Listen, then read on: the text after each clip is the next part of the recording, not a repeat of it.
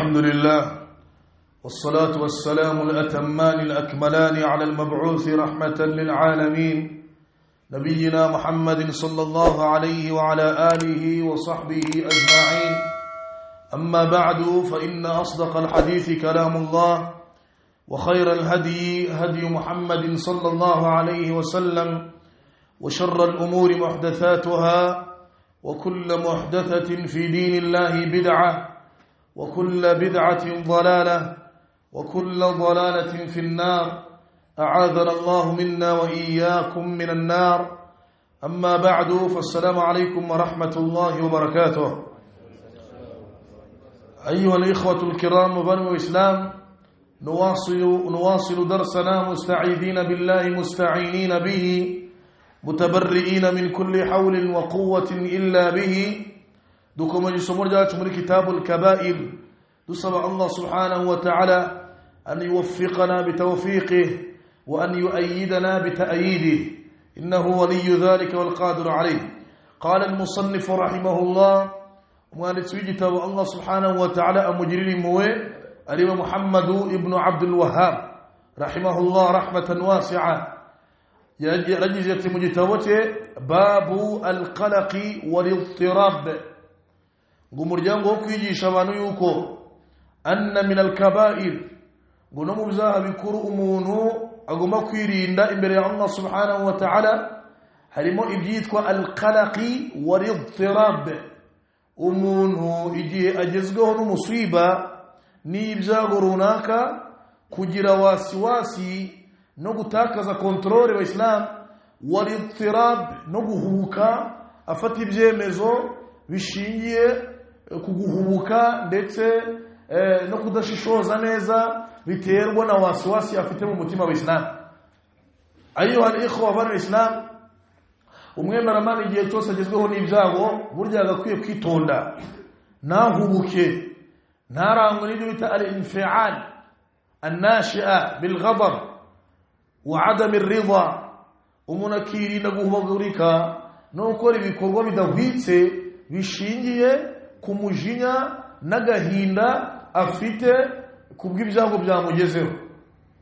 Ndetse umuyisilamu agashyira n'umutima mu gitereko akirinda kumva ko acanganyikiwe ataye ubwenge ataye kontrole.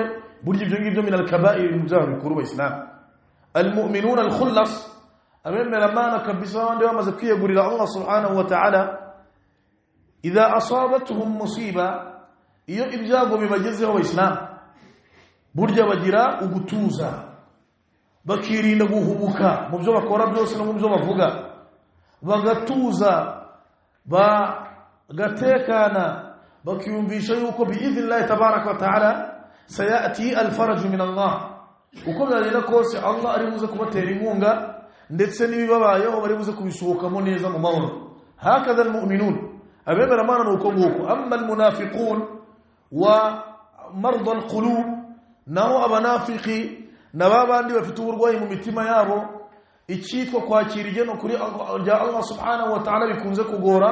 bo iyo bagezweho n'umusiba yaqlaqun, ujya kubona ukabona bataye control, batangiye waswasi, batangiye guhubagurika. yabone interab no guhubagurika no gufata ibyemezo bidahwitse bishingiye ku kuba kwakira ibibabayeho binaniranye mu mitima yabo. burya abayisilamu umwemeramana igihe cyose ibimubayeho byose agomba kubyakira akamenya yuko bibaye biqadarillahi wa qada'i, bibaye kubw'igeno rya Allah subhanahu wa ta'ala. law sha Allah, iyo Allah aza kubishaka n'ubundi ntabwo byari kubaho. ubwo rero kuba byabaye kuko sha Allah, Allah bishatse subhanahu wa ta'ala, li'annahu la yaqa fi mulkihi illa ma yurid.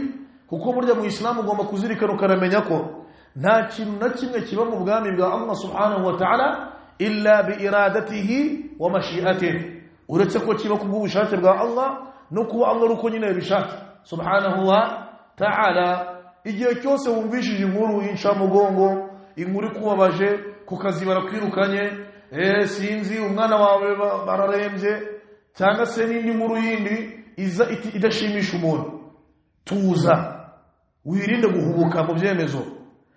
utuze umenye ngo ibyo bibaye.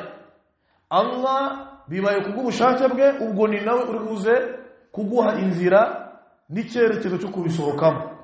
Amma al-ittirab, naho guhubagurika ufata ibyemezo, wal qalaq, na waswasi no gutakontrol ukamera nkaho ucanganye cyubaye nk'umusazi, nkaho isi ikurangiranye, fahadha yu'addu kabiran min kaba'ir adh-dhunub. Ibi bibarwa mu byaha bikuru umuyislam agomba kwirinda. idha usiba almuslimuna bimasiba aw sulita alayhim aduwwun anzala Allahu alayhim as-sakinah wal-itminana wa 'adama al-qalaq. burya bemera Mana ubuzima bo babamo Islam, iyo hari ibyago bibagezeho, aw sulita alayhim aduwwun, cyangwa se hari umwanzi runaka uri kubagendaho, anzala Allahu alayhim as-sakinata wal-itminan, ngo burya bemera Mana bo Allah subhanahu wa ta'ala abamanurira ituze mu mitima yabo ndetse no gutekana, wa 'adama al-qalaq, Allah kabarinda ikitwa guhubagurika ndetse no gutakaza kontrole. burya ngo bemera Mana bo ntabwo iki cyaha bakigwamo.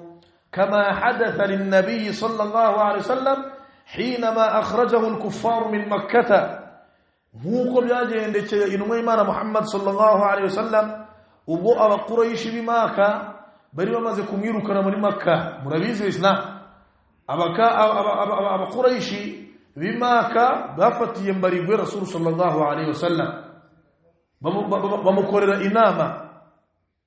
وإذ يمكر بك الذين كفروا ليثبتوك أو يقتلوك أو يخرجوك ويمكرون ويمكر الله والله خير الماكرين. رسول الله مكر إنما بإسلام وقريش بما يكم مكررات سنم بن متر، إما بميركنه بمغانغازه أبي muri Makka, wa imma bamufunge muri gereza, wa imma bamwice. ويمكرون ويمكر الله, ngariki byose bateguraga babikoraga Allah ari tayari kubiburizamo iyo migambi yabo mibisha. wallahu khairul makirin, kuko Allah subhanahu wa ta'ala burya niwe mwiza ureberera abagaragu be beza barengana ndetse akanaburizamo ibibategurirwa subhanahu wa ta'ala. ubwo abakoresha bakoze inama basanze kuvuga ngo gufunga Rasul muri gereza, iyo icyo gitekerezo ntango bagishingiyeho. والقتل نكميcha birabananira. naam, basigarana icyerekeranye kumwangaza no kumirukana muri Makka. Rasul sallallahu alayhi wasallam ubwo bakuraishi bari bamwangaje, Rasul yimutse avuye Makka ya Madina, qala Allah ta'ala, Allah yartubiye ngo idh akhrajahu alladhina kafaru thaniya ithnayn idh huma fil ghar idh yaqulu li sahibihi la tahzan إن الله معنا فأنزل الله سكينته عليه. ngubwo Muhammad sallallahu alayhi wasallam wena mugenzi we bari kumwe nawe ninde? ni Abu Bakr Siddiq radiyallahu anhu. uko Rasul yimukava Makka ya Madina, uwo bakoranye safari sahibuhu, uwo bari kumwe nk'inshuti ku rugendo yari Abu Bakr Siddiq radiyallahu ta'ala anhu. idh yaqulu li sahibihi la tahzan inna Allah ma'ana. Rasul sallallahu alayhi wasallam murabiza abakuraishi baramukurikiye, bamaze kumenya ko Rasul tayari yacitse yagiye. abakuraishi baramukurikiye banashiraho ibihembo bihambaye kuri buze kubazanira Muhammad sallallahu alayhi wasallam. baragenda, hanyuma Allah subhanahu wa ta'ala abereka ubuvumo binjiraho, babwinjiramo bihisha abakuraishi. wena Abu Bakar radiyallahu ta'ala anhu, abakuraishi barangije baraza bagera kuri ubwo buvumo. wallahi babugeze abakuraishi bageze ku buvumo Rasul yarimo na Abu Bakr Siddiq radiyallahu anhu. Allah abima kureba hasi yabo, baraje bahagarara hejuru y'ubuvumo, bahagarara hejuru y'ubuvumo. Abu Bakr ari munsi, wena Rasul sallallahu alaihi wasallam bari no kubareba hejuru yabo kabisa. Abu Bakr amaze kubabona babari hejuru mu buvumo, Abu Bakr yabwiye Rasul aramubwira ati ya Rasulullah, yewe numwe Imana, law nadhara ahaduhum ila qadamayhi la ra'ana. ya Rasulullah, dore ngabo dore bari hejuru, umwe muri bo aramutse arebye hasi akubika amaso arahita tubona ya Rasulullah. Imam Islam ari ibintu bajya bavuga bakunze kwigisha ngo Allah yohereje igitagangurirwa ngo cyashira indodo ngo n'inuma ngirazatera amagi hada kadhibun wa batil ibyo rukubesha naho biri wa la asla lah nani ngomoko bifite ahubwo ni gitangaza Allah subhanahu wa ta'ala yakore Muhammad sallallahu alaihi wasallam wala Abu Bakr as-Siddiq radiyallahu anhu barinjiye bagira naho bari ariko Allah amaso yabo ayima kureba hasi no mangu Abu Bakr yabwiye Rasulullah aramubwira ati ya Rasulullah wallahi dore ngabo hejuru umwe muri baramutse yubitse amaso akareba hasi yahita tubona direct ariko Allah yani yabimye kureba yani baraje amaso yabo akareba yani imbere yabo gusa nihagira no ubika amaso darebe hasi kiri bari hejuru y'iki y'ubuvumo wa Islam. Abu Bakari yabwiye Rasulullah ati ya Rasulullah wallahi law nadhara ahaduhum ila qadamayhi la ra'ana umwe muri bo ya Rasulullah aramutse arebye hasi yahita tubona arebye hasi ku birenge bye ubwe yahita tubona.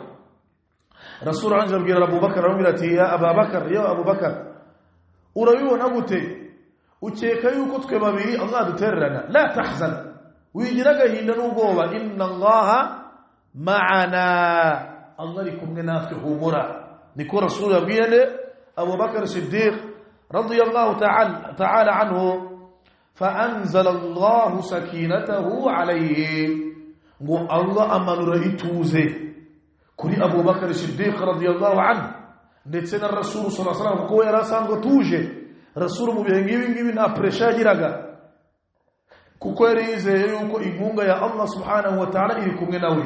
Ibi nako byagenze kuri Musa alayhi salam ari kumwe na banu Israil bene Israeli bahunze Firaun baragiye bageze imbere babona inyanja bayita muri Mer Rouge sibyo Islam ira nyanja itukura bageze imbere faqalat banu Israil bene Israeli batangira kubwira Musa ati ya Musa niwe utwicishije afazari twakuzuna kwa Firauna mukazi kuburetwa ndetse no gutotezwa twakorerwaga kuko wewe noneho ujuje kutwica dore uduhungishije Firauna aturi inyuma kuko Firauna yakurikiye Musa na bene Israeli ubwo bahungaga Hamana witwa Hamana niwe wari ukuriye ingabo za Firauna buryo witwa Hamana yarafatanije na Firauna kwigomeka kuri Allah subhanahu wa ta'ala kuko niwe wari minisitiri w'ingabo ugerekeranye yani n'ingabo za Farao. Ino mpamvu Hamana ari mu bakomeje ubwami bwa Firauna iyo muri Hamana ntabwo ndari kumugerekera neza. Ino mpamvu mu Qur'an yaravuze ngo inna Firauna wa Hamana wa junudahuma kanu khati'in ngo burya Firauna na Hamana uriya wari kuri igisirikare cye ngo wa junudahuma n'ingabo zabo bombi kanu khati'in bara abanyamakosa bigometse kuri Allah bikomeye cyane.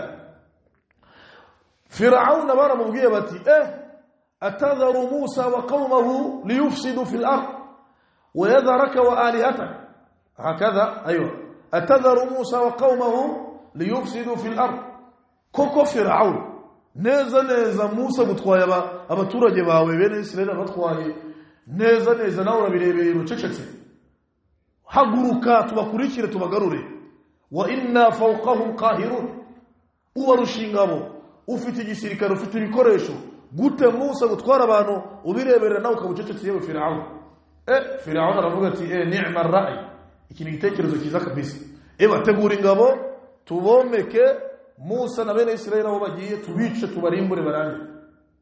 Wallahi Musa akurikirwa na Firauna n'ingabo ze zibari inyuma n'umuvuduko munini n'umuvuduko uri hejuru cyane.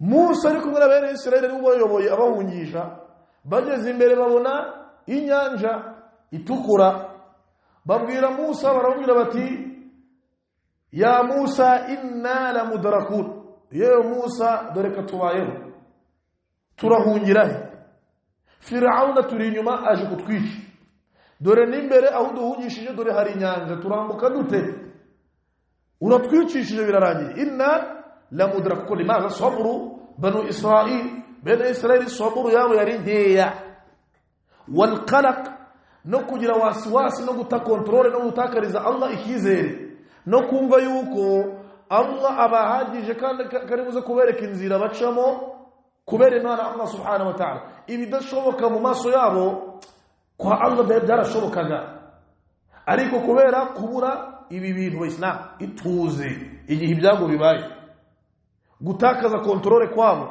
no kugira wasiwasi ndetse no guhubuka no gutakariza Allah ikizere dore byo bahise babwira bagaragaza kuri Musa alayhi salam Musa dore katubayo sindi cyo tubwira uje kutwicisha uraturangije afazari twari kwigumira kwa Firauna tugakomeza kuwa mukazi kuburetwa ndetse no gutotezwa ariko tukabaho aho gupfa uyu munsi wapfa ejo ziko bavuga Islam طيب موسى عليه السلام لانه النبي kuko Musa ari numwe Allah subhanahu wa ta'ala we ntabwo arameze umutima we warumeze imitima yabo uko burya intumwa z'Imana alayhi salatu wassalam Allah abafite uburyo azireze bitandukanye n'abandi Musa yarababwiye ngo inna ma'i rabbi sayahdi nge ndi kumwe n'Imana yanjye Allah ndabizi arama icyerekezo ntabwo Allah atureka gutya gusa abadan ntabwo ndatuje nta kibazo mfite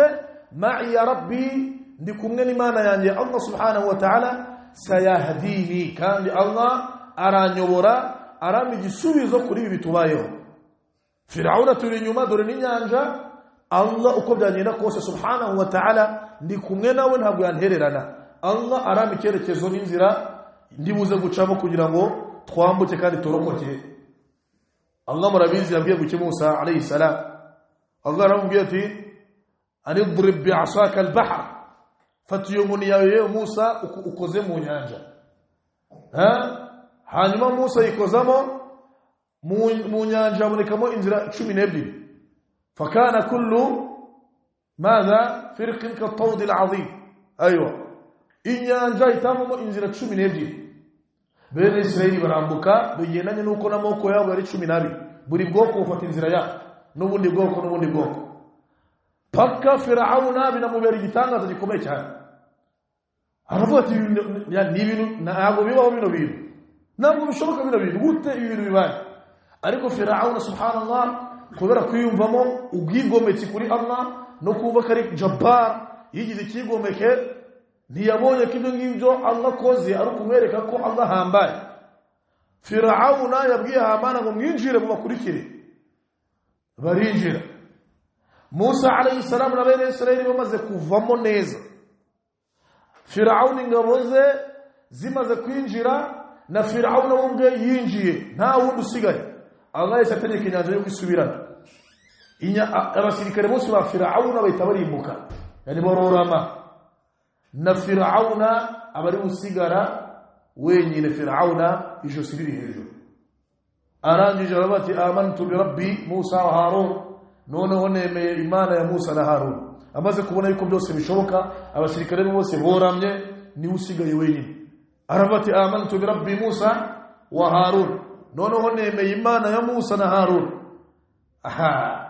Allah yamubwiye gwiki Firauna الآن طبعا الله غير وجه فرعون يقال بيقول يقول الله جبريل عليه السلام أولي وغير فرعون وغيرت الآن أكاكان يرانا فرعون وقد عصيت قبل نمياك يوسفكم جيريزا وري غوميت وري جيشيناني ntabwo bishoboka ubutauba yawe yani amazi yarenze inkombe iyo tauba ntabwo yakwakira na mambo wa Islam ahantu tauba y'umuntu itakirwa mu hantu habiri tauba y'umuntu itakirwa ni inda al-gharghara igihe roho ikugize mu ngoto urimo gusamba ugiye gupfa utangiye kubona abamarayika imbere yawe utangiye kubona ibyo bitarashobokaga yuko ubibona ku isi utangiye kubona ibintu ghaibiyat bitashobokaga yuko wabona ku isi burya iyo ukoze tauba Allah ntabwo yagiye uko iyo tauba ntabwo uko hari ibyo wabonye kandi abemera Imana twebwe ikintu cyambere Allah dushimira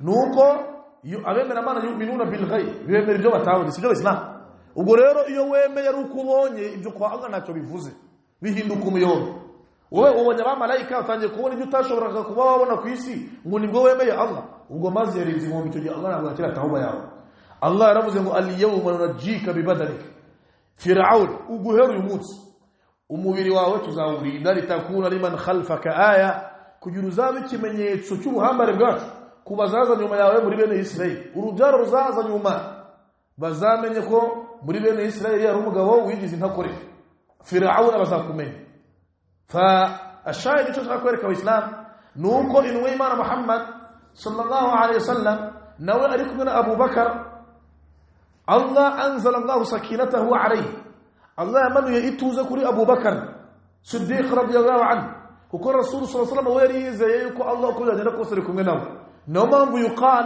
bivuga yuko Rasul yari yisinziriye na Abu Bakar umukamuye amuti Rasul ngo duri ngabo baje yari hejuru wallahi umwe muri baramutse rebye hasi akuna makareba hasi kubirenge bye la raana yahita tubona Rasul arambira ati ya Abu Bakar yewe Siddiq Abu Bakar ma balu lisnaini Allah thalithuhuma urateka yuko uko turi babiri Allah atari kumwe natwe wa gatatu Allah ari kumwe natwe la tahzan wigira gahinda inna Allah ma'ana Allah ari kumwe natwe Allah ari kumwe natwe ntabwo Allah yakwemera yuko dufatwa n'abakuraishi ngo batwice rwagashinyaguro humura nkuko na Musa alayhi salam yabwiye bene Israel akababwira ngo iki inna rabbi inna ma'i rabbi sayahdi ndi kumwe na anga kandi Allah arabi cyerekezo wa hakada almu'min burya bemera mana nabone ukuko bagakwiye kurangwa igihe cyose hari ibyago bikugezeho iduka ryawe rirahiye iyakire utma'in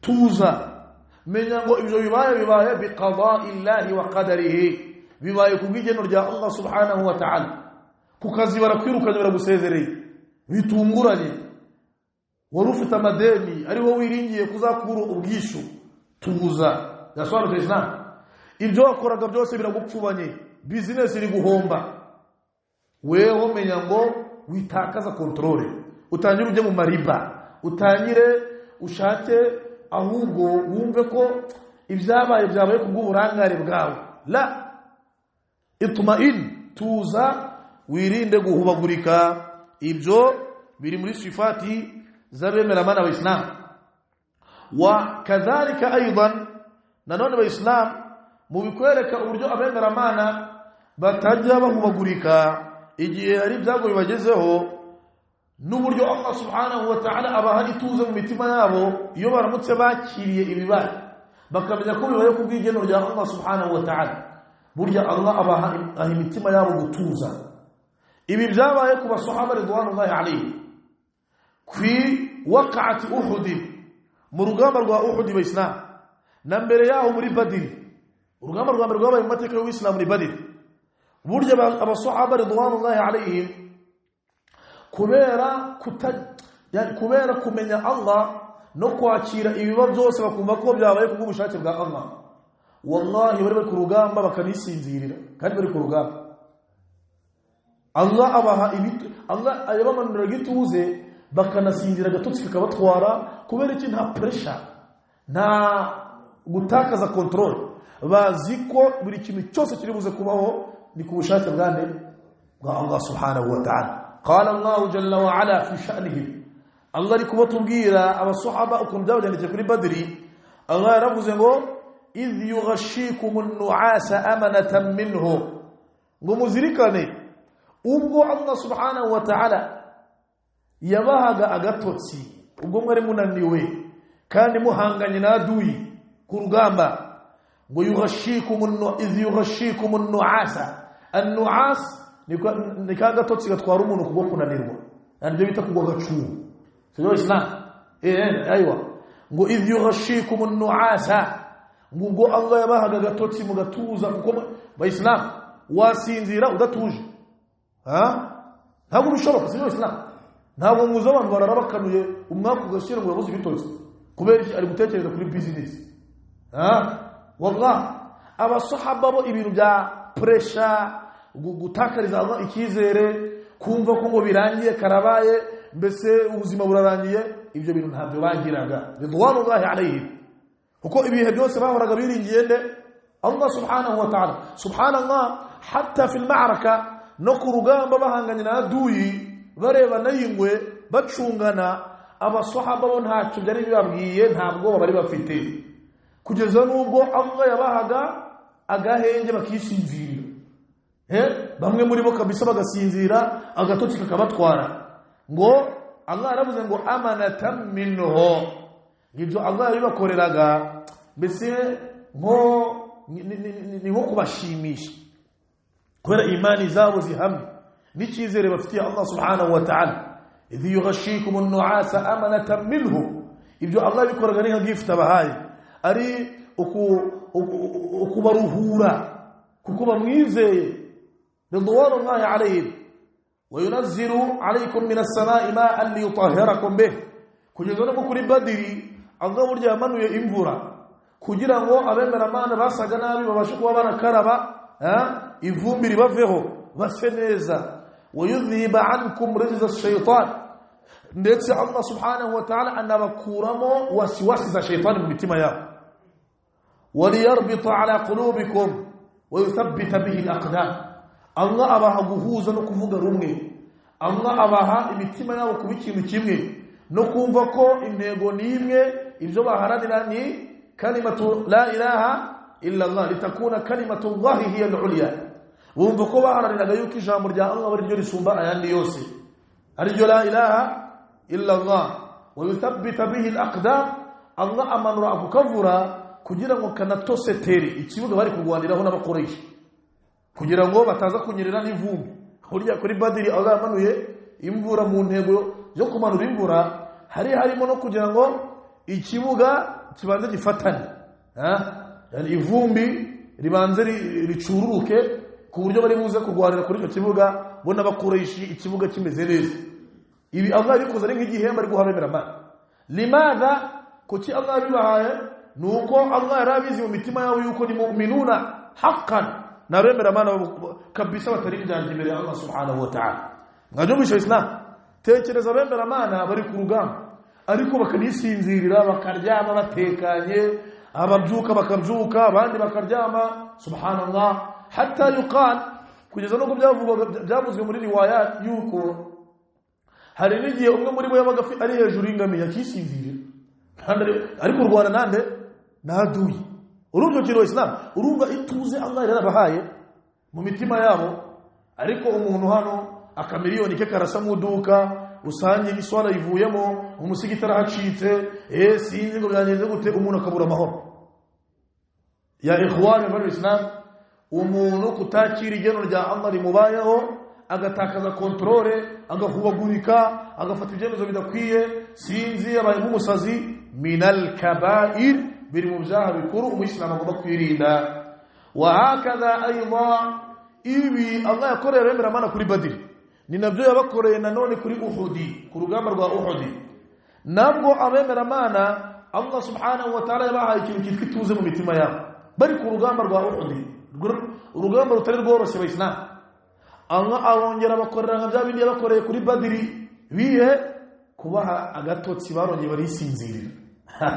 Allah yaravuze ngo thumma anzala alaykum min ba'di al-ghammi amanatan nu'asan yaghsha ta'ifatan minkum wa ta'ifatun qad ahammatuhum anfusuhum yadhunnuna billahi ghayra al-haqqi dhanna al-jahiliyyah yaquluna hal lana min al-amri min shay' qul inna al-amra kulluhu lillah يخفون في أنفسهم ما لا يبدون لك يقولون لو كان لنا من الأمر من شيء لو كان لنا من الأمر شيء ما قتلنا هاهنا قل لو كنتم في بيوتكم لبرز الذين كتب عليهم القتل إلى مضاجعهم إلى آخر الآية. إيوي الله رجع بكل ربما لما كوري أحد يبقى كوري بدرين وكوري أحد كوري أحد بلاجة زغوته ثم أنزل عليكم من بعد الغم أمنة نعاسا bunyuma muzirikane bemera Imana. ubwo Allah yabahaga ikintu gikomeye cyane nyuma y'ibibazo n'ubwoba bwari buhari kubw'umwanzi muhanganye abakurayisha kuri Uhud, ngo muzirikane ubwo Allah yabamanuriraga icyitwa agatotsi, bamwe muri mwe mugasinzira mukaruhuka kandi muri ku rugamba. ibyo Allah akabibakorera rwose kugira ngo mutekane, mwumve ko Allah ari kumwe namwe, ubwoba bubashiramo, kuko icyizere cyanyu cyose cyari kiri kuri Allah subhanahu wa ta'ala. ngo nubwo bwose wa ta'ifatun qad ahammatuhum anfusuhum, no bose muri mwe harimo abanafiki bo batigeze basinzira ngo batora gatoti kuko abanafiki nibo banyabwoba ba mbere. Cyo ni cyambere. Icya kabiri abanafiki bo ntabwo bigeze basinzira muri Uhud. Limadha qad ahammatuhum anfusuhum. Abanafiki cyose bo ni maslahiyun n'abantu b'inyungu babaga bihugiyeho no mukureba icyatuma barokoka kuri uwo munsi. Gasobanutse Islam kuko jubana abanafiki n'abanyabwoba nikizere cyabo kuri Allah ntacyo. Yadhunnuna billahi ghayra al-haqq dhanna al-jahiliyya. Ahubwo abanafiki muri Uhud bakekeraga Allah nabi yuko Muhammad atari buze kurokoka kuri uwo munsi ko n'idini y'Islam giye gusibika kuri isi ya Allah subhanahu wa ta'ala. Abanafiki muri bugo baravuga bati bahundaga gatuki kukari shakumva Muhammad ko yiyeje uyu munsi kamubayeho narokoka irya none ubwo n'idini rye rizagumaho. Kuko kuri Uhud byari urugamba rukomeye cyane, rwari urugamba abakoresha bateguye rwo gusiba ku karita ikitwa Muhammad n'idini urugo Islam. Abanafiki batangira kabisa kubona abayisilamu batangiye gukubitwa baraserebura, batangira kuvuga bati Allah ntabwo bishoboka, ntabwo yatabara Muhammad uyu munsi. Fa haulai munafiqun bo nibo batigeze batora gatotsi kuri Uhud.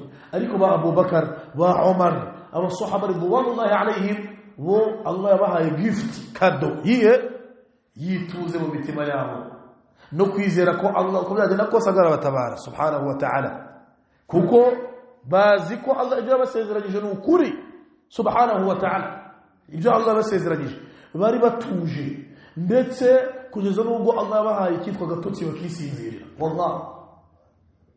Wallahi mugiye twebwe muri iyi minsi illa man rahima rabbi, keretse abo Allah agirimuwe akantu gato karabutusha mu buzima. Wari umukire bisubira udubi, urababaye, umusigiti uvuyemo ntusinzira, utangiye gucekera Allah nabi, utangiye kubaka ibyabaye kubw'uburangare bwawe, ntabwo Allah ari we wabishatse. Utangiye rimwe na rimwe no gushinja abantu ko ari bo guhombeje kandi ntabwo bahuriye na business yawe, urayukanuye udasinzira kugeza no mu musigiti ucitsemo ngo wababaye ngo gose ngo Allah yahemutse wa iyad billah. Fahadha min al-kaba'ir, ibi biri mu byaha bikuru Islam. فالمؤمن ومسلم يعني أبغى كويريندا ماذا ليس عنده قلق ولا اضطراب عند حدوث المصائب. ورجم يمر مانا نها هوكا نها نونغو أجرا واسواس متما نها تاكلا كنترولي إجيه إبجاغو يمجزه فهو ينام مطمئنا. وميمر مانا رجاما كسينزيرا توجيين يكبسا قرير العين راضيا بقضاء الله وقدره. والله رجاما أكاتيري الله يجري سبحانه وتعالى وينتظر الفرج من الله عز وجل. وميمر مانا رجاما كبسا تجرزا إمونغا يا الله كبجامو بايو سيجو إسلام توزا utuze ugume hamwe wirinde guhubagurika utegereze icyo Allah ribuze kugukorera. Sino Islam kuko Allah ko yagenda kose ibyabaye kugushake tuza urya musinzire wa yahtasib fi al-makarih wal masa'ib fi sabilillah azza wa jalla. Umwemera mana mu byago mu makuba igihe cyose abayizeye ko Allah ariwe uri buze kumwereka inzira yo gusohoka mu bibazo arimo, ndetse akanatuza rwose akumva yuko Allah aramuhagije kandi ibyo akora byose akabikora yizeye yuko Allah ariwe uzabimuhembera. Wa amma al-munafiq, naho munafiki we fa'ala al-aks min dhalik, wani kontrere ni kinyuranyo cy'ibintu tuvuze. lianna ridahu wa ghadabahu min ajli ad-dunya faqat. Uko burya abanafiki bo kwishima kwabo kubabara kwabo biba bishingiye kuri dunya. Iyo isi ayibonye arishima, yayibura isi akababara akanacika mu musigiti ndetse n'ibyo yakoreraga Allah akaba bivuyemo. Yasobanutse Islam. Abanafiki bo nuko buko bameze. Wa qawlullahi ta'ala, طبعا ahangaha umwanditsi w'igitabo aya ya mbere yabanje ni dalili ivuga ngo fa anzala Allahu sakinatahu ala rasulihi wa ala almu'minin, ngo burya Allah yamanuye ituze ku ntumwa ye ndetse n'abemera Imana. ibyabaga byose kuri rasul sallallahu alayhi wasallam burya Allah yamumanura gituze mu mutima we. Rasul ntagera kimwe yigeze agira shaka cyangwa se ngo yumva hangayitse ko ari buze gukubitwa ku rugamba. Ingamba zose rasul yarwana yabaga yizeye impunga yande ya Allah subhanahu wa ta'ala. Wallahi wa 'ala al-mu'minin, Allah yamanuraga nituze ku mitima y'abemeramana. Abemeramana baratuzaga kabisa, rimwe na rimwe bakanisinzirira ukabona baramwenya mwenye. No mpamvu Islam wallahi Quraishi baravuze bati nta bantu twigeze tubona kuri isi ka ashabi Muhammadin, nk'abasahaba ba Muhammad sallallahu alayhi wasallam, ngo ni ibiremwa byari bitangaje cyane. Ni ibiremwa byari bitangaje. Limaza? Kuko imitima yabo yari yuzuyemo Allah subhanahu wa ta'ala, ndetse Allah barafite icyizere. Wa qawlullahi ta'ala, ngo mu yindi aya Allah yaravuze ngo fala wa rabbika la yu'minun hatta yuhakkimuka fima shajara bainahum thumma la yajidu fi anfusihim harajan mimma qadayta wa yusallimu taslima. Fala wa rabbik, Allah rahi subhanahu wa ta'ala, la yu'minuna, ngo ntabwo baremera imani zabo ntabwo zihari hatta yuhakkimuka fima shajara bainahum, ngo mpaka babanje bakwemera ko wowe Muhammad sallallahu alaihi wasallam kari wowe ugomba guca imanza ku byo batumvikanaho, umwanzuro wawe ukaba ari wo wanyuma kuri bo. Burya abayisilamu ntabwo imani yawe iragaragara iboneke igihe utari tayari kwemera ko ijambo rya nyuma ari rya Muhammad sallallahu alaihi wasallam ku byo utumvikanaho na bagenzi bawe, haba mu byerekeranye n'imitungo, haba mu byerekeranye n'idini, aqida, imyemerere, wa manhajan wa sulukan, ndetse n'imico n'uburyo ugomba kuba muri iri dini. Burya bigomba gushingira ku buryo Rasul yabyerekanye sallallahu alaihi wasallam. Ibyo byo bita tahkimu Rasulillah, kwemera ko Muhammad ari uguha umurongo, ari nawe maza uguha icyerekezo ku byo ufiteho kwibaza. Yasobanutse Islam. N'ibyo utumvikanaho na bagenzi bawe mu gihe utaremera yuko uburyo Rasul yerekanye umurongo kari bwo buryo buboneye kandi bwiza, burya ngo imani yawe ntayihari. Thumma la yajidu fi anfusihim harajan mimma qadayt, ngo kandi niba Rasul amaze gufata umwanzuro ku ijambo rye akaba ryo rya nyuma ku byo utumvikanaho na bagenzi bawe, Rasul akagaragaza ko nibigenda gutya na gutya ukuri muzaguhuyu.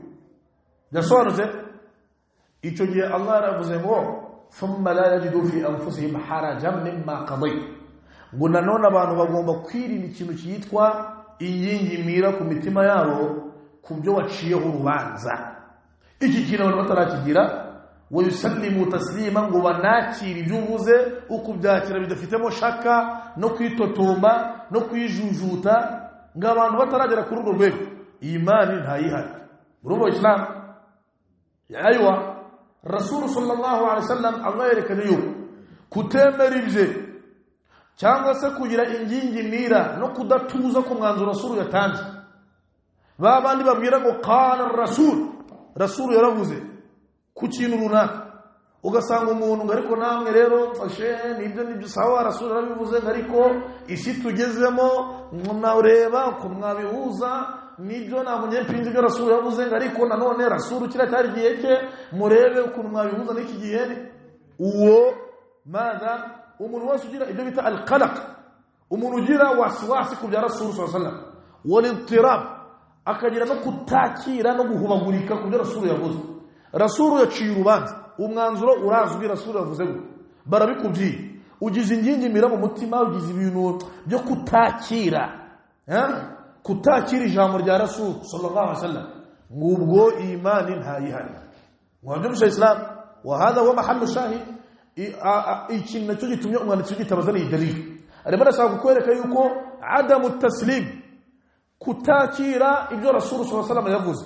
Barakubwiye ngo qala Rasulullah sallallahu alaihi wasallam, Rasul yaravuze gutya na gutya, urabona nibyo Rasul mbo sawa yarabivuze, ariko she rero urabona iyi si tugezemo ibi bintu ntabwo mbona ko wenda byakoraga ku bwa Rasul kuko byarashobokaga ariko isi tugezemo mbona bitakora murebe ukuntu bigenza imani nayo niko Allah subhanahu wa ta'ala avuze muri aya umuntu kutagira ituze ku byo Rasul yavuze sallallahu alaihi wasallam ngo abyakire ukubyakira kutarimo ingingimira no gushidikanya no kudatuza burya umuntu kutagira iki kintu min al-kaba'ir nabyo biri mu byaha bikuru faqad nafa Allah al-iman an madha an hadha Allah yahakana ko nta imani ariko umuntu umeze gute umuntu umeze nk'uyu nguyu utari tayari gutuza ku byo Rasul sallallahu alaihi wasallam yavuze akagira waswasi kubyakira bikamunanira iyo muzanye n'abislam abana uje kubona ukabona muzehe aripfiriye rahimahullah n'urugero abantu bo sawa agomba kubaho mirasi abantu bakazungura nk'uko Allah yavuze ukajya kubona impaka murazizi zirwa zivuga bamwe mu bana ngo oya ngo ngewe ngo nshaka ko tugabana bya kiduni sasa dore ko Allah yavuze ngo oya ngo nibyo ngo sawa ngo Allah yavuze ngo ntabwo makanyuza aya ngo ni munteranye n'Imana ngo ariko nge ntabwo nshaka mu bya kiduni dore nabangaba angari kuvuga adushe Islam iyo utari tayari kwakira na yombi no kunyurwa no gutuza kubya Allah na Rasul ibyo ni kindi kibazo nta imani y'Islam that's what Islam iyi wallah Rasul ngo niba mutari tayari kwakira umwanzuro we wanyuma ku kintu yavuze ngo mubyakire kandi bitagira ingingimira mu mitima bitarimo shaka bitarimo kwijujuta ubwo imani ntayihari that's what Islam wallah ino mpamvu mu Islam umuntu wese uzakubwira mu qala ar-rasul Rasul yaravuze sallallahu alayhi wa sallam byakira na yombi wirinde impaka niba utabishobora wenda mu gusura mu bikorwa mu gupratika ako kanya ariko wishaka kubizanaho ibintu by'iki by'amagambo na za commentaire that's what Islam ushobora no kwinginga Allah ukamubwira ati Mana nshoboza iki kintu cyarananiye Allah Mana nshoboza no kugikora ariko wirinde ibintu bya commentaire wirinde ibintu byo gushaka kutakira no kuginyira ingingimira ku byo Rasul yagize gute yavuze sallallahu alaihi wa sallama kubera ko ibyo min alamati almunafiqin wa qawlu Allah ta'ala no mu yindi aya Allah subhanahu wa ta'ala yavuze ngo ya ayyatuha an-nafs al-mutma'innah irji'i ila rabbika radiyatan mardiyah fadkhuli fi 'ibadi wadkhuli jannati ini ni dalili umwanditsi tabazali umwanditsi tabagiye kwerekana yuko Islam min athamarat mu matunda n'umusaruro w'umuntu kurangwa na nafsi tuje ya nafsi yakira qada illahi wa qadari ya nafsi yakira ibyo Allah yagennye iyo bayita nafsul mutma'in abantu bagira imitima bagira nafsi rwose zamaze kwakira Allah kugeza nubwo al-masaib ibibabayeho by'ibyago baba tayari kuyakira nabyo kubyakira na yombi bakirinda maza yani guhubuka no gutakariza Allah kizere na waswasi no gutakaza control ngo abantu bafite nafsi zimeze gutya yawm al-qiyamah azabahemba agira ati azababwira ati irji'i ila rabbika radiyatan mardiyah ngo yewe ufite nafsi tuje yewe waranzwe na nafsi tuje ukiri ku isi kugeza umwe wakiraga na yombi ibyo nakugeneraga irji'i ila rabbika radiyatan mardiyah yani قال المفسرون من يسور الرآية وفي تنفوق بالإسلام القول الأول انفوق من الوارة بمعنى ارجعي إلى جسدك سبيرا يو نفسي توجي سبيرا ممبري وهوزي ما أكيري كويسي هل يما الله أبوهين بكنجز موجود إبدا بزابر جاري يوم القيامة عند الحشر تجي كزور سيدو الإسلام الله نفسي يا ويكو تعاد الأرواح في الأجساد kumunsi beruka Allah nafsi zamana zazisubiza mu mubiri zahoze mu Islam hanyuma abantu tutuzuka mu kaburi zacu turi bazimu nkuko twahoze turi kwisa ariko twisange ahandi atari kwisi sibyo Islam yawma tubaddalu al-ardu ghayra al-ardu was-samawat iyisi izaba yahinduwe ikindi kintu that's what Islam Allah zavuga ati ya ayyatuha an-nafsul mutma'inna yewe nafsi tuje yari tuje kwisi wakira amageno yanjye ntangingimira irji'i ila jasadiki subira mu mubiri wahozemo hanyuma uze muhembe mwinjize mu joro ryayo. هذا تفسير الأول إن تفسير يا مريكري آية. وقال المفسرون أمنا من تفسير ولا وزبت يا أيتها النفس المطمئنة النظر بيرا أمون يوم القيامة أبو بيرت يا وروح توجي يا ونفسي توجي ارجعي إلى ربك راضية مرضية سبرا كمر النواوي قالنا كمر النواوي الله سبحانه وتعالى راضية مرضية ويشي يونزيروي kandi nahugiye kwa Allah urishimiwe gose ugiye guhembwa kuko waranzwe na nafsi tuje turi kwisi wari waranyakiye udateshwa umutwe nibikubaho umenya ko ari nge uba wabigenze kandi ukangirira ikizere. irji'i ila rabbika radiyatan mardiya fadkhuli fi ibadi injira mu bagaragu banjye beza ngiye guhemba wadkhuli jannati ndetse ninjira mu juru ryanjye ritembamo imigezi igiye itandukanye y'ibinyobwa. ja'alani Allah wa iyyakum minhum Allah dusira muraba ngaba Allahumma amin. wa lahu ma'na Abi Hurairah radiyallahu anhu numri hadith Abi Hurairah qala Rasulullah sallallahu alaihi wasallam yaravuze ngo ilmu wa Muhammad sallallahu alaihi wasallam yaravuze iti laysa ash-shadidu bis-sur'a ngo burya umunyembaraga imbere ya Allah nagari wa wundi uhubaguri nagari wa wundi madha uhubuka madha aywa لا ليس الشديد بالسرعه نانgo umunyembaraga imbere angari wa wundi uzi kurwana gukina box no guterana ibipfunsi no gukirana siko babyita. inma الشديد الذي يملك نفسه عند الغضب ngo buryo umunyembaraga imbere ya Allah ni wa wundi umenya gukontorora uburakari bwe n'umujinya we igihe harakaye.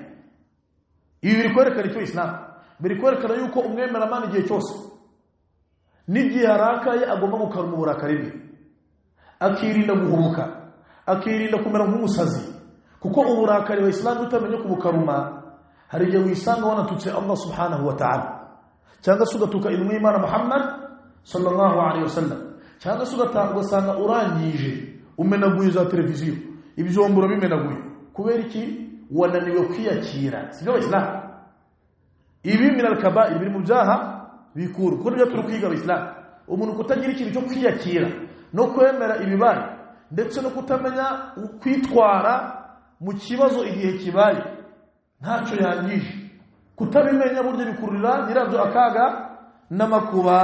iyi nayo ni dalili kwerekana yuko min al-kaba'ir mu byaha bikuru umuntu kutamenya uburyo agomba kwitwara igihe hari kimuhungabanyije. sibyo Islam. وقال عليه الصلاة والسلام في صحيح البخاري نمر صحيح البخاري أن رجلا قال من حديث أبي هريرة قالوا مدوجز كوزا رسول صلى الله عليه وسلم فقال للنبي صلى الله عليه وسلم رجل بي رسول الله قالت يا رسول الله يا نم إيمانا أوصني جيرنا ما قال رسول رجل ربي لا تغضب هو كجراكرا يعني إيرين gukora ibikorwa bidahwitse igihe warakaye huwa al-ma'na fi sura uko kurakara ni kamera ya mwene Adamu. sibyo Islam ahubwo cyari kigambiro hangaha irinde gufata ibyemezo bihubutse ndetse no kwitwara nabi ndetse no guta controle igihe ugize gute urakaye. faraddada mirara uyu mugabo arongera asubirishamo rasuli incuro nyinshi arongera ati ya Rasulullah na'am nabyumvishije awsini ongera indi nama ya Rasulullah kubindi nk'ibyo ngibyo.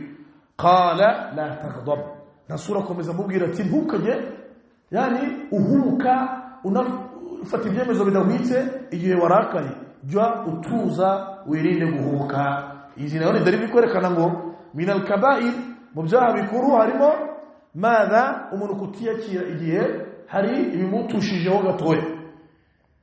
وعن أبي ذر رضي الله عنه مرفوعا حديث يا نمان حديث أبي ذر رضي الله عنه ربنا يكرم إيمان محمد صلى الله عليه وسلم قال يقول قد أفلح من أخلص الله قلبه للإيمان ويرد سينزي أفتن سينزي واريوسي الله سبحانه وتعالى أمتموي أزاشر ما أمرق وإيمان والله الإسلام نو ونمتموي ويوزي مو إيمان قكون الله rasulu gushira mu bikorwa amategeko ya Allah gusarika tanukumunsi gusiba ibadat zigiye zitandukanye nubona umutima wawe rwose ubikunda ukabona biragushamaje umutima wawe wuzuyemo urumuri wamaze kumurikirwa na imani irahari mu mutima ngo ishime kuko waratsinze nuramuka unapfuye uri kuri uwo murongo aljanna iragutegereje ngo qad aflaha man akhlasa Allahu qalbahu lil iman ngo yaratsinze umuntu wese Allah azaha imani mu mutima we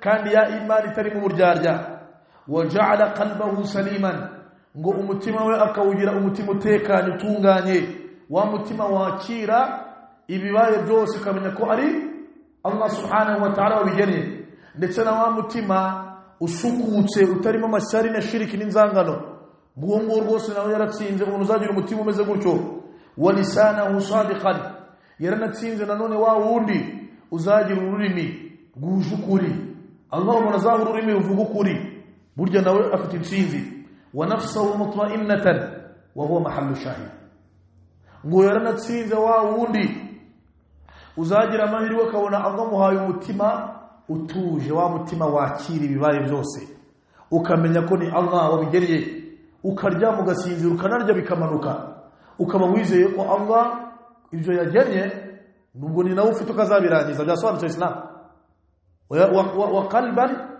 madha wa nafsuhu mutma'innatan aywa ngo yaratsinze afite intsinzi aranezerewe aljanna iramutegereje inde umuntu wese uzagira nafsan mutma'innatan wa ya nafsi ituje rwose yakira ibyagirira Allah subhanahu wa ta'ala wa khaliqatahu mustaqimatan munanone yaratsinze wa wundi uzagira amahirwe Allah kamuha imico rwose iboneye nasobanutse Islam ikintu cyitwa imico cyo cyananiye benshi illa man rahma rabbi keretse abo Allah yagirimo ngariko burya Allah kuguha kurango n'imico myiza ni gift ni kado ikomeye cyane Allah waguhaye Islam waja'ala udhunahu mustami'atan ngo yaratsinze nanone umuntu wese Allah azaha amatwi ye kuba ya matwi yumva kandi akumva ayabifitiye akamaro nasobanutse Islam ngo yaratsinze umuntu wese uzagira amahirwe Allah amatwi ye akayaha kumva ibiyafitiye akamaro sibyo Islam murabizi benshi mu bantu bumva imiziki amafilime ibintu rimwe na rimwe yani bitabafitiye umumaro ngo nugira amahirwe ukabona amatwi yawe Allah yahaye kumva ibiyafitiye akamaro amawayiza kuyumvira Qur'ani kuyumvira bya bindi bikubaka binubaka umutima wawe n'umubiri wawe burya ngo uzagira iyo ni gift ni kado Allah zabaguhaye wa aynahu nadhiratan ngo yaranatsinze nanone wa wundi uzagira amahirwe Allah amaso ye akayaha kureba ibiyafitiye akamaro tureba byinshi Islam nugira amahirwe ukabona Allah aguhaye ikintu cyitwa kubika amaso ku bintu bya haram uzashimira Allah subhanahu wa ta'ala nugira amahirwe ukabona amaso yawe Allah yahaye igihe cyose kureba muri Qur'an shimira Allah kuko hari benshi amaso yabo bayifashishije mu kurakaza Allah subhanahu wa ta'ala fa amma al-udhunu faqim'un ngo wawundi Allah yahaye amatwi akayagira nk'umubirikira bawita qim'un aywa umubirikira simuzi mu Islam umubirikira ni wawundi bashyira mu kajerekani cyangwa mu jerekani cyangwa se mu kintu hanyuma bagasuka amazi cyangwa amata muri icyo kintu ariko yonyujije mu mubirikira sibyo Islam ngo umuntu uzagira amahirwe agakamuha amatwi ameze nk'umubirikira yani umugute madha yani umubirikira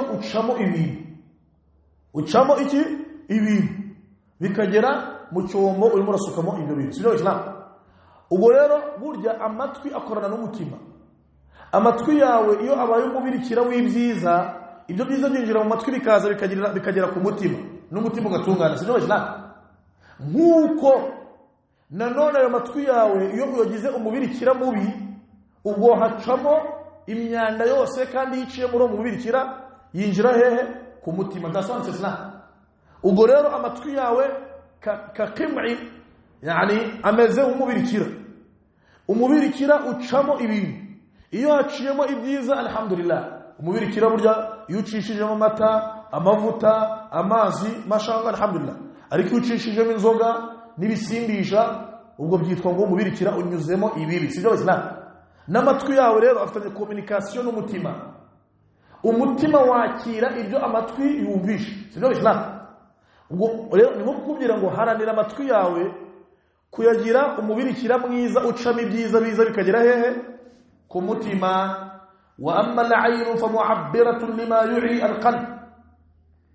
Burya ngo naho amaso burya asobanura ibiri ku mutima. Kama qala sha'ir nkuko hari umusizi wigeze kuvuga ngo wa 'aynu al-fata tubdi alladhi fi dhamirihi. Ngo burya umuntu ushobora kumureba mu maso ugahita indoro ye ikugaragariza ibyahishe mu mutima. Yasobanutse Islam. Burya n'amaso haranira kuyarebesha ibyiza kuko burya amaso niyo sobanura ko umutima wawe ukeye uri muzima. Burya umuntu ushobora kumureba indoro akahita yibwiriza iby'umubwiye sibyo Islam. Indoro y'urwango umuntu arayimenya n'indoro y'ineza umuntu arayimenya sibyo Islam. Umuntu uguhaye karibu iwe abyishimiye urabibona, n'umuntu utakwishimiye urabibona sibyo Islam. يعني لأن العين معبرة لما يعي القلب. burya amaso niyo asobanura iby'umutima ubitse n'iby'umutima n'ibyiyumviro byawe. Ubwo mbese bashaka kukwereka ngo umutima wawe ukeshe kugeza ubwo bizanagaragarira abantu mu maso ko umutima wawe ugize gute ukeye. وقد أفلح من جعل الله قلبه واعيا. ngo rwose ngo yaratsinze uwari we wese Allah azaha impano yo gutekana ku mutima we. Allah kamuha wa mutima wumva ibyiza igihe cyose unatekereza ku byiza ku bifitiye akamaro. Buryo umutima wawe uwukoresha mu kuwutekereresha ibyiza kuko mu Islam buryo umutima ni utekereza ntabwo ari ubwonko. Bari mubizi umutima ni utekereza hanyuma ugaha ubwonko ibyo watekereje. Ubwonko ni nk'imashini icamo ibyo umutima ubiha. Mujya mubona ku ruganda Islam haba hari amamashini menshi ku buryo produit imwe ica mu mamashini menshi. N'ubwonko rero ni imashini y'umutima. Umutima niwo utekereza bwa mbere hanyuma ukohereza ibyo utekereje mu bwonko. Ubwonko ni nk'imashini bicamo n'iyindi mashini igira ute bicamo kuko ubwo umutima niwo utekereza. Niyo mpamvu dore Rasul arabivuze ngo qad aflaha man ja'ala Allahu qalbahu wa'iyan. Ngo Allah ngo yahaye intsinzi umuntu wese yaratsinze uwo wese Allah azaha umutima we gutekereza neza akaba ari wa mutima ujijutse utekereza ibiti bifitiye akamaro sibyo Islam. Iyi ni dalili igaragaza ngo umutima ni utekereza gasobanutse. Wa qala Allah ta'ala bi aya naravuze ngo ولقد ذرأنا لجهنم كثيرا من الجن والإنس لهم قلوب لا يفقهون بها كذا أو لا يعقلون بها لا يفقهون بها لهم قلوب لا يفقهون بها. ngo jahannama ngo Allah amaze kwitegurira benshi mu bantu kubera iyo mpamvu ngo lahum qulubun la yafqahuna biha. ngo bafite imitima ariko ngo nibayitekereresha ibikwiye. Iyi dalili igaragaza ngo umutima niwo ugira gute niwo utekereza ntabwo ari ubwonko sibyo Islam. walahum a'yunun la yubsiruna biha. ngo hari n'abantu bafite amaso ariko ntibayarebesha ibibafitiye akamaro. Allah sagambire yuko ari impumyi oya benshi mu bantu turareba ariko ngo abenshi amaso yabo ntabwo bayarebesha ibibafitiye akamaro. walahum adhanun la yasma'una biha. ngo hari n'abantu bafite amatwi ariko ntibayumvishe ibibafitiye akamaro. ulaika kal an'am. ngo abantu bameze gutyo bameze nk'inyamaswa bal hum adall. ngo ahubwo uretse n'inyamaswa ziranabaruta. Allahu akbar. Niyo mpamvu mu Islam umwisilamu hava akagera abagomba guharanira umutima wo kuwukesha akaba ari wa mutima utekanye utuje utari umutima wa wasiwasi. Hari abantu bagira wasiwasi Islam mu buzima bwabo akantu gato kumukoma gato gusa akabura amahoro akarara adasinziriye kurya bikananirana ukabona yataye control kuza muri jama gusari n'abandi ukabona ntagahari ukabona abantu ibyo bintu min kaba'i biri mu byaha bikuru. Umuyisilamu agomba kubyirinda. Dusabe Allah subhanahu wa ta'ala an yutahhira qulubana. Allah yazima imitima yacu wa an yusliha ahwalana wa ahwal almuslimina jami'an. Allah ihali zacu azigire nziza n'abemera mana twese aho tuva tukagira والله تعالى أعلى وأعلم وصلى الله على نبينا محمد وعلى آله وصحبه وسلم والسلام عليكم ورحمة الله وبركاته